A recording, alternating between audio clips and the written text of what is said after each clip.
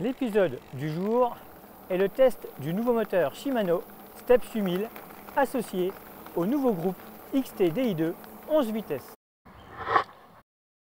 Ultra compact, ce moteur est le plus léger du marché et peut recevoir des manivelles creuses à la technologie et au savoir-faire propre à Shimano.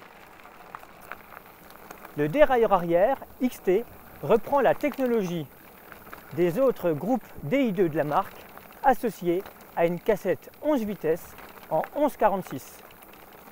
Le freinage est confié à des disques de 200 mm et l'écrou Centerlock intègre l'aimant du capteur de vitesse. Pour ne pas perdre une miette de puissance, jantes de 35 mm et pneus en 27,5+ en 2/8 de section.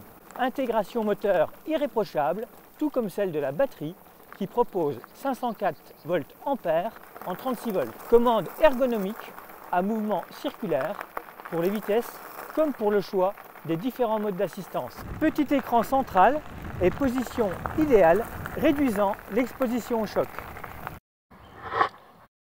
Ce qui surprend le plus, c'est le silence dont fait preuve cette motorisation.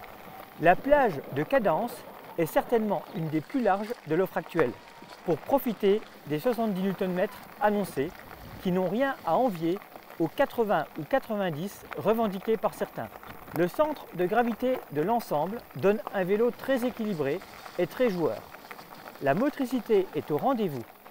Avec la transmission DI2, les changements de vitesse sont doux et silencieux. On roule facilement au seuil des 25 km/h. Lorsque l'on flirte avec ce point K, le moteur fait un peu le yo-yo comme les autres. Mais Shimano planche actuellement sur le sujet et la prochaine mise à jour devrait améliorer ce point. Shimano a gagné près d'1 kg entre le moteur et les manivelles par rapport à un moteur Bosch. Mais un VTT-AE reste une machine lourde, mais encore 5 fois plus légère qu'une moto d'enduro. Efficacité et performance optimale pour ce Shimano Step 8000, mais surtout consommation contenue. Passé le point K, il s'emmène très facilement au-delà des 25 km/h. Aucune résistance interne. La transmission DI2 communique en permanence avec le moteur et offre une fluidité et une précision diabolique. Sans utiliser l'application iTube disponible pour smartphone ou tablette, vous pouvez déjà régler et paramétrer pas mal de choses directement sur ce vélo. Parmi les données utiles, l'affichage de la cadence de pédalage. Retrouvez tous les détails sur ce sujet dans notre épisode réglage du Step 8000. Cette motorisation vous propose 3 modes en plus du neutre et de l'aide à la marche. Eco, Trail et Boost. Prochainement, les modes Trail et Boost seront personnalisables sur 3 niveaux différents chacun, low, medium et high. De quoi personnaliser ces modes d'assistance pour optimiser la consommation.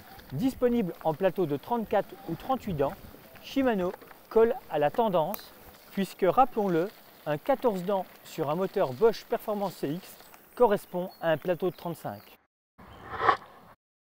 Au-delà de tout cela, le moteur Shimano permet surtout des géométries et des cinématiques modernes. Les points de pivot peuvent enfin être contemporains. Les suspensions sont plus sensibles et plus progressives. Fini les trains arrière qui subissent. Bienvenue dans un monde de suspension ultra active. Autre point important, le Q-Factor ramené à 175 mm contre 195 chez Bosch ou 205 chez Brose. 175 mm, c'est la même cote qu'un vélo classique. Du coup, pédalage ultra naturel et ligne de chaîne parfaite. Certainement la meilleure transmission du moment. Donc, si on résume, ce duo est vraiment au top. Transmission DI2 associée au moteur Shimano Step 8000. Pour l'instant, c'est difficile de faire mieux.